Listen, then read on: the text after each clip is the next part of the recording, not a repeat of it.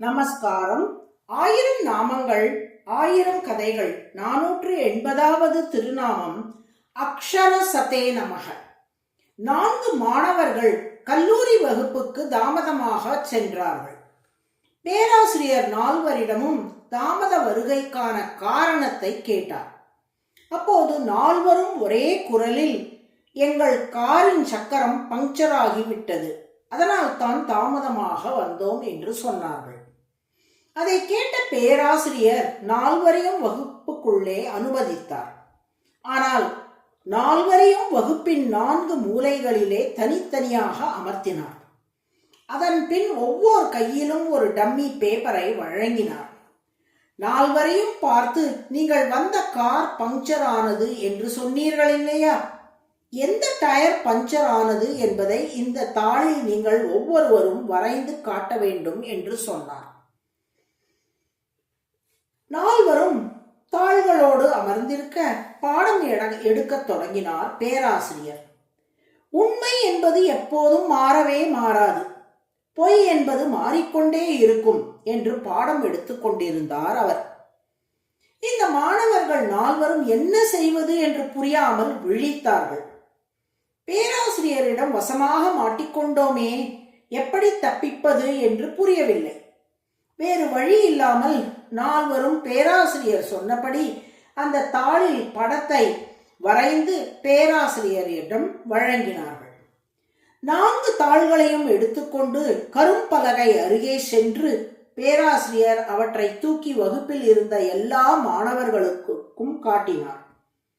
பார்த்தால் முதல் மாணவர் காரின் முன்புறத்தில் ஓட்டுநர் இருக்கை பக்கம் இருக்கும் சக்கரம் பங்க்சர் ஆனதாக படம் வரைந்து இருந்தார். 2வது மாணவர் காரின் முன்புறத்தில் ஓட்டுநரின் இருக்கையின் எதிர்ப்புறம் இருக்கும் சக்கரம் பங்க்சர் ஆனதாக படம் வரைந்து இருந்தார். 3ஆம் மாணவர் காரின் பின்புறத்தில் ஓட்டுநர் பக்கம் இருக்கும் சக்கரம் பங்க்சர் ஆனதாக படம் வரைந்து இருந்தார். 4ஆம் மாணவர் காரின் பின்புறத்தில் ஓட்டுநருக்கு எதிர்ப்புறம் இருக்கும் சக்கரம் பங்க்சர் ஆனதாக படம் வரைந்து இருந்தார். 4 தாள்களையும் மாணவர்களிடம் காட்டிவிட்டு பேராசிரியர் சொன்னாராம், நான் அப்போதே சொன்னேன் அல்லவா, உண்மை என்பது என்றுமே மாறாது, பொய் என்பது மாறிக்கொண்டே இருக்கும் என்று. இதோ இந்த தாள்களை பாருங்கள், இவர்கள் கார் பங்க்சர் என்று சொன்னது பொய்.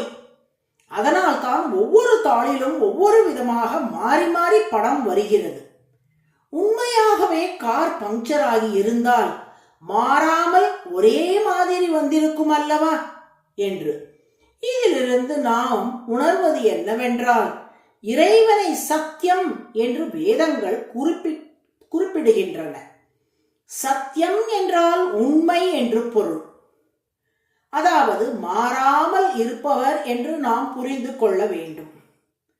வடமொழியில் க்ஷரம் என்றால் அழிவது, தேய்வது என்று பொருள். அக்ஷரம் என்றால் அழியாமல், தேயாமல், மாறாமல் இருப்பது என்று பொருள். திருமால் எந்த ஒரு மாறுதலுக்கும் உட்படாமல் இருப்பதால் அக்ஷரம் என்று அழைக்கப்படுகிறார். அதனால்தான் விஷ்ணு சஹஸ்ர நாமமும் அவரை அக்ஷரம் சத் என்று அழைக்கிறது.